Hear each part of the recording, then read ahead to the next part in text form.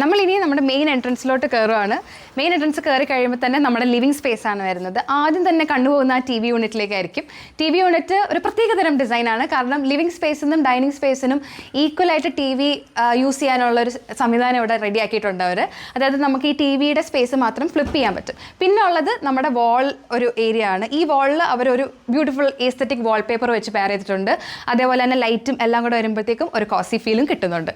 Living ഏരിയയിൽ നിന്ന് നേരെ നമ്മൾ കാണുന്നത് കോർട്ട്യാർഡിലേക്കാണ്. ഈ കോർട്ട്യാർഡിൻ്റെ ഒരു പാർട്ടിഷനുണ്ട്. അതായത് ഒരു ഫിക്സഡ് പാർട്ടിഷനും ഉണ്ട്, ഒരു ഓപ്പണബിൾ ഡോറും ഉണ്ട്. അത് കഴിഞ്ഞ് പേവിങ് സ്റ്റോൺസ് അല്ലെങ്കിൽ ഗ്രാസ് ഒക്കെ വെച്ച് എല്ലാം ഒന്ന് പെയർ ചെയ്തപ്പോഴത്തേക്കും ഒരു അടിപൊളി കോസി ഫ്രഷ് ഫീലാണ് ഈ കോർട്ട്യാർഡിനുള്ളത്.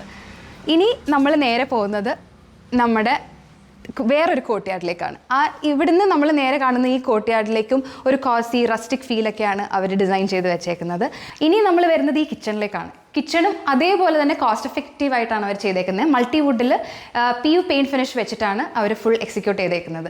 ഇവിടെ ആണെങ്കിലും ഒരു വുഡൻ ആൻഡ് ഗ്രീൻ കോമ്പിനേഷനിലാണ് കിച്ചൺ ഫുൾ ചെയ്തിട്ടുള്ളത്. ഗോള പ്രൊഫൈൽസ് ആണ് കൊടുത്തിട്ടുള്ളത്. അതേപോലെ തന്നെ cutlery tray, plate tray, thali tray എല്ലാം അവർ ഇൻകോപ്പറേറ്റ് ചെയ്തിട്ടാണ് ഇത് ഡിസൈൻ ചെയ്തേക്കുന്നത്. ടോൾ യൂണിറ്റ്സും ഇവിടെ ഇൻകോപ്പറേറ്റ് ചെയ്തിട്ടുണ്ട്.